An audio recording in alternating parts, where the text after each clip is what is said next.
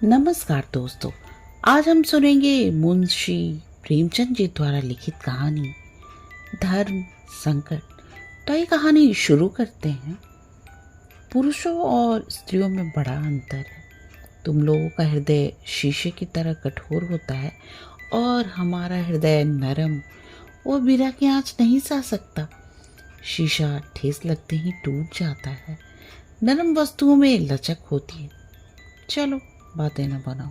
दिन भर तुम्हारी राह देखूं, रात भर घड़ी की सुइयां, तब कहीं आपके दर्शन होते हैं। मैं तो सदैव तुम्हें अपने हृदय मंदिर में छिपाए रखता हूँ। तुम बतलाओ कब आओगे। 11 बजे, परंतु पिछला दरवाजा खुला रखना। उसे मेरे नयन समझो। अच्छा तो अब विदा। पंडित कैलाशनाथ लखनऊ के प्रतिष्ठित बैरिस्टरों में से थे। कई सभाओं के मंत्री, कई समितियों के सभापति। पत्रों में अच्छे अच्छे लेख लिखते, प्लेटफॉर्म पर सारगर्भित व्याख्यान देते। पहले पहले जब वो यूरोप से लौटे थे तो यह उत्साह उनकी अपनी पूरी उमंग पर था। परंतु ज्यों ज्यों बैरिस्ट्री चमकने लगी, इस उत्साह में कमी आने लगी। और ये ठीक भी था, क्योंकि अब बेकार न थे जो बेकार करते। हाँ, क्रिकेट का शौक अब ज्यों का त्यों बना था। वो केसर क्लब के संस्थापक और क्रिकेट के प्रसिद्ध खिलाड़ी थे। यदि मिस्टर कैलाश को क्रिकेट की धुन थी तो उनकी बहन कामिनी को टेनिस का शौक था। इन्हें नित नवीन आमोद प्रमोद की चाह रहती थी। शहर में कहीं नाटक हो, कोई थिएटर आए, कोई सर्कस, कोई बाइस्कोप हो और कामिनी उनमें न सम्मिलित हो, यह असंभव बात थी। मनोविनोद की कोई सामग्री उसके लिए उतनी ही आवश्यक थी जितना वायु और प्रकाश।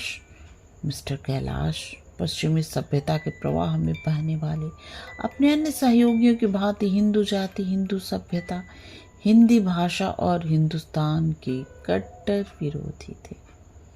हिंदू सभ्यता उन्हें दोषपूर्ण दिखाई देती थी।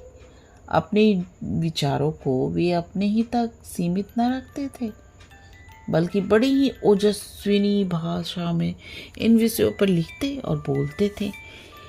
हिंदू सभ्यता के विवेकी भक्त उनके इन विवेक शून्य विचारों पर हंसते, परंतु उपहास और विरोध तो सुधारक के पुरस्कार है।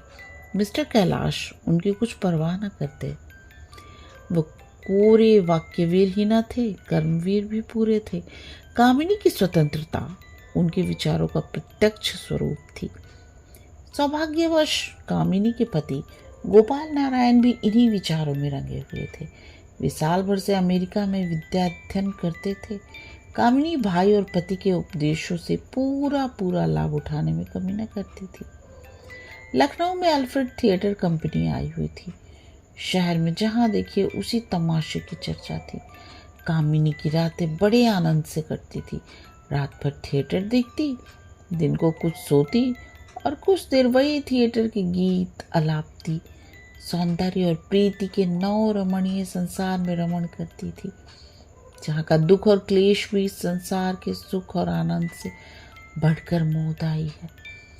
यहाँ तक कि 3 महीने बीत गए। प्रणय के नित्य नई मनोहर शिक्षा और प्रेम के आनंद में अलाप विलाप का हृदय पर कुछ न कुछ असर होना चाहिए था। सो भी इस चढ़ती जवानी में वो असर हुआ। इसका श्री गणेश उसी तरह हुआ जैसा कि बहुधा हुआ करता है। थिएटर हॉल में एक सुधरे सजीले युवक की आंखें कामिनी की ओर उठने लगी। वो रूपवती और चंचला थी। इतना पहले उसे चितवन में किसी रहस्य का ज्ञान न हुआ। नेत्रों का सुंदरता से बड़ा घना संबंध है। घूरना पुरुष का और लजाना स्त्री का स्वभाव है। कुछ दिनों के बाद कामिनी को इस चितवन में कुछ गुप्त भाव झलकने लगे। मंत्र अपना काम करने लगा। फिर नैनों में परस्पर बातें होने लगी। नैन मिल गए, प्रीति गाढ़ी हो गई। कामिनी एक दिन के लिए भी यदि किसी दूसरे उत्सव में चली जाती तो वहां उसका मन न लगता, जी उचटने लगता, आंखें किसी को ढूंढा करती। अंत में लज्जा का बांध टूट गया।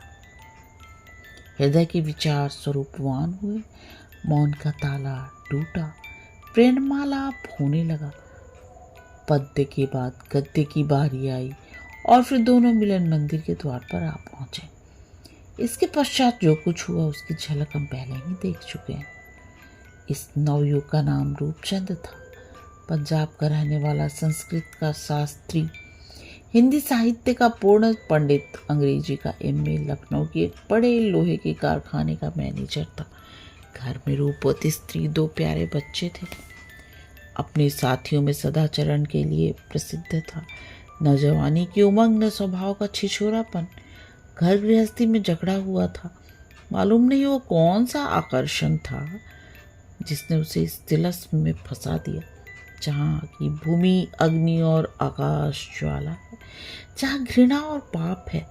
और अभागी कामिनी को क्या कहा जाए, जिसकी प्रीति की बाढ़ ने धीरता और विवेक का बांध तोड़कर अपनी तरल तरंग में नीति और मर्यादा की टूटी फूटी झोपड़ी को डुबा दिया। ये पुनर्जन्म के संस्कार थे। रात के 10 बज गए थे। कामिनी लैंप के सामने बैठी हुई चिट्ठियां लिख रही थी। पहला पत्र रूपचंद के नाम था। कैलाश भवन, लखनऊ। प्राणाधार, तुम्हारे पत्र को पढ़कर प्राण निकल गए। उफ, अभी 1 महीना लगेगा। इतने दिनों में कदाचित तुम्हें यहाँ मेरी राख भी न मिलेगी। तुमसे अपने दुख क्या रोऊं। बनावट के दोषारोपण से डरती हूँ। जो कुछ बीत रही है वो मैं ही जानती हूँ, लेकिन बिना विरह कथा सुनाए दिल की जलन कैसे जाएगी, यह आग कैसे ठंडी होगी। अब मुझे मालूम हुआ कि यदि प्रेम में दहकती हुई आग है तो वियोग उसके लिए घृत है। थिएटर अब भी चाहती हूँ, पर विनोद के लिए नहीं, रोने और बिसुरने के लिए। रोने में ही चित्त को कुछ शांति मिलती है। आंसू उमड़े चले आते हैं। मेरा जीवन शुष्क और नीरस हो गया है। न किसी से मिलने को जी चाहता है, न आमोद प्रमोद में मन लगता है। परसों डॉक्टर केलकर का व्याख्यान था। भाई साहब ने बहुत आग्रह किया, पर मैं न जा सकी। प्यारे, मौत से पहले मत मारो। आनंद के गिने गिनाए क्षणों में वियोग का दुख मत दो। आओ, यथा साध्य शीघ्र आओ और गले लगाकर मेरे हृदय का ताप बुझाओ। अन्यथा आश्चर्य नहीं कि विरह का यथाह सागर मुझे निकल जाए। तुम्हारी कामिनी। इसके बाद कामिनी ने दूसरा पत्र पति को लिखा। माय डियर गोपाल, अब तक तुम्हारे 2 पत्र हैं, परंतु खेद, मैं उनका उत्तर न दे सकी। 2 सप्ताह से सिर में पीड़ा में असह्य वेदना सह रही हूँ। किसी भांति चित्त को शांति नहीं मिलती है, पर अब कुछ स्वस्थ हूँ। तुम चिंता मत करना। तुमने जो नाटक भेजे उनके लिए हार्दिक धन्यवाद देती हूँ। स्वस्थ हो जाने पर पढ़ना आरंभ करूँगी। तुम वहाँ के मनोहर दृश्यों का वर्णन मत किया करो। मुझे तुम पर ईर्ष्या होती है।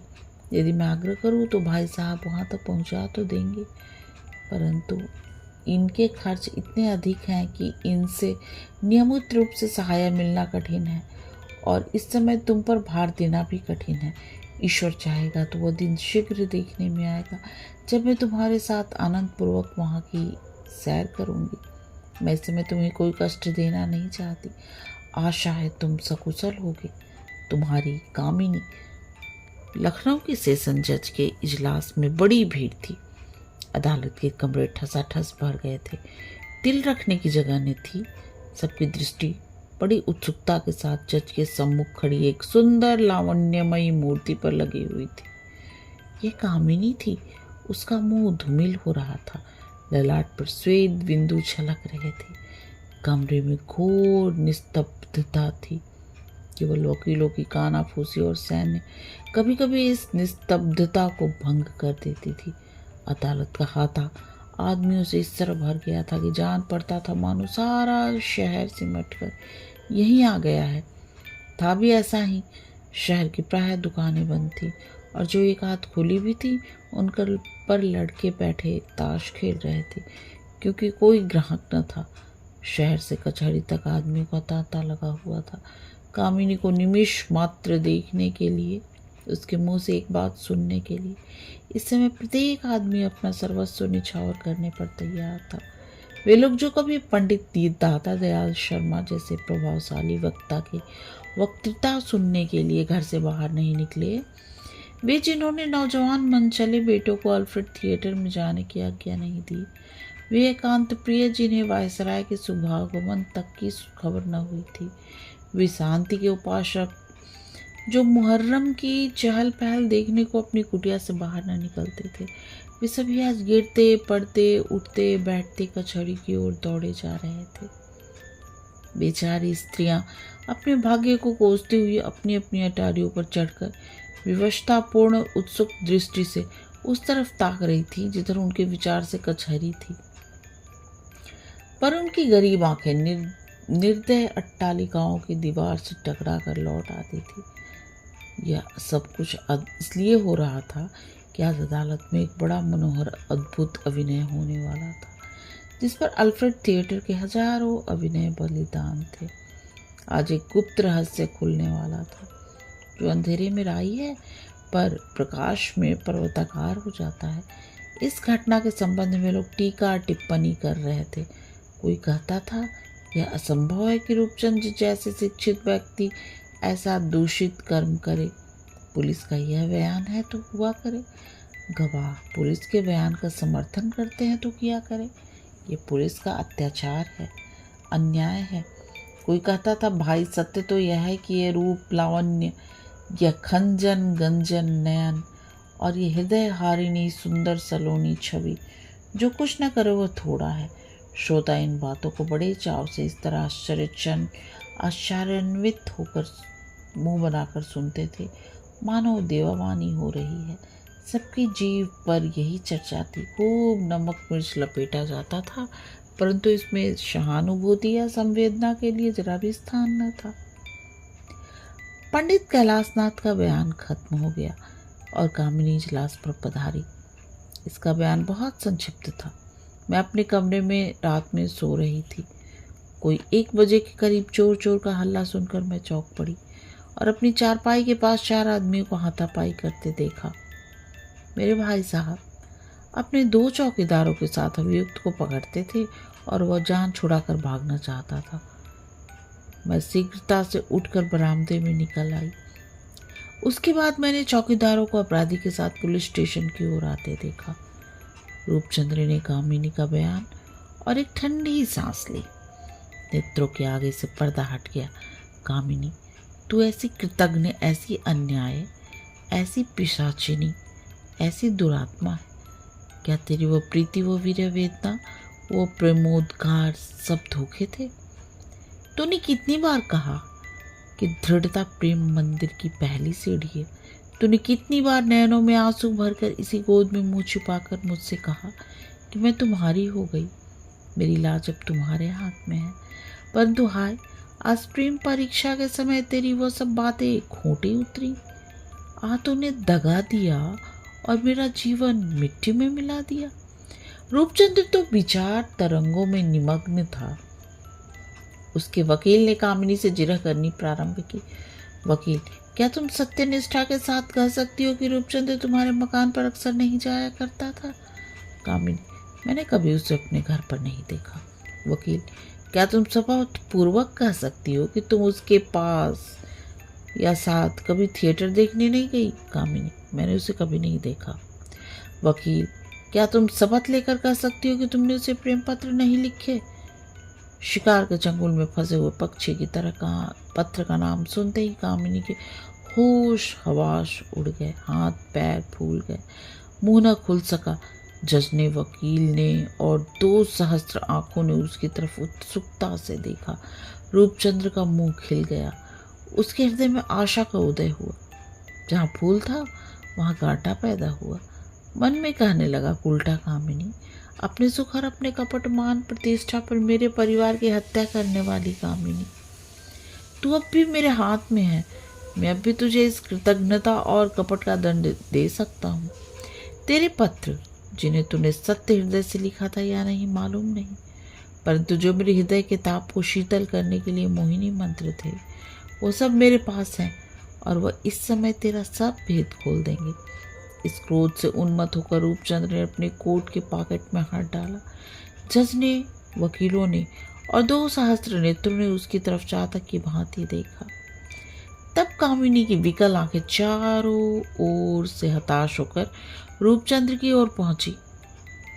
उन्होंने में इस समय लज्जा थी, दया भिक्षा की प्रार्थना थी और व्याकुलता थी। मन ही मन कहती थी, मैं स्त्री हूँ, अबला हूँ, ओछी हूँ।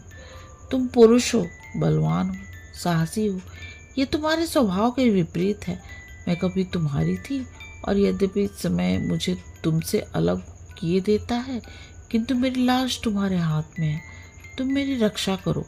आंखें मिलते ही रूपचंद्र उसके मन की बात ताड़ गए। उनके नेत्रों में ने उत्तर दिया, यदि तुम्हारी लाश मेरे हाथों में है तो इस पर कोई आँच नहीं आने पाएगी। तुम्हारी लाश पर मेरा सर्वस्व। अभियुक्त के वकील ने कामिनी से पुनः वही प्रश्न किया, क्या तुम शपथपूर्वक कह सकती हो कि तुमने रूपचंद्र को प्रेम पत्र नहीं लिखे? कामिनी ने कातर स्वर में उत्तर दिया, मैं शपथपूर्वक कहती हूँ कि मैंने उसे कभी कोई पत्र नहीं लिखा और अदालत से अपील करती हूँ कि वो मुझे इस घृणास्पद अश्लील आक्रमणों से बचाए। अभियोग की कार्रवाई समाप्त हो गई। अब अपराधी के लिए बयान की बारी आई। उसकी सफाई में कोई गवाह न थे, परंतु वकीलों को, जज को और अधीर जनता को पूरा विश्वास कि अभियुक्त का बयान पुलिस के मायावी महल को क्षण मात्र में छिन्न भिन्न कर देगा। रूपचंद्र इजलास के सम्मुख आया। उसके मुखारबिंद पर आत्मबल का तेज झलक रहा था और नेत्रों से साहस और शांति। दर्शक मंडली उतावलीपन में चारों तरफ देख रहे थे और अदालत के कमरे में घुस रहे थे। रूपचंद्र इस समय का चांद था या देवलोक का दूत।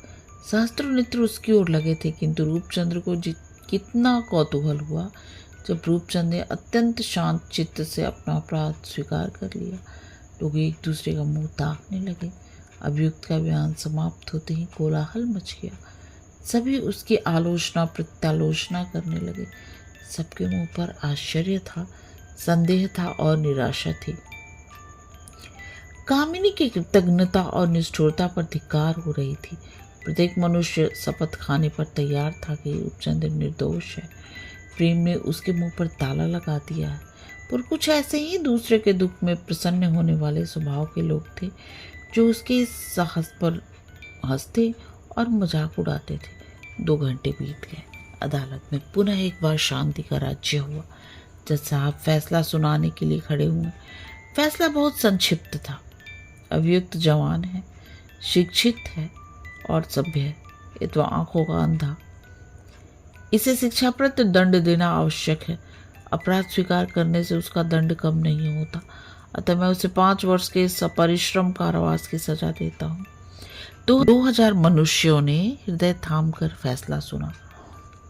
मालूम होता था कि कलेजे में भाले चुभ गए हैं। सभी का मुंह निराशाजनक क्रोध से रक्तवर्ण हो रहा था।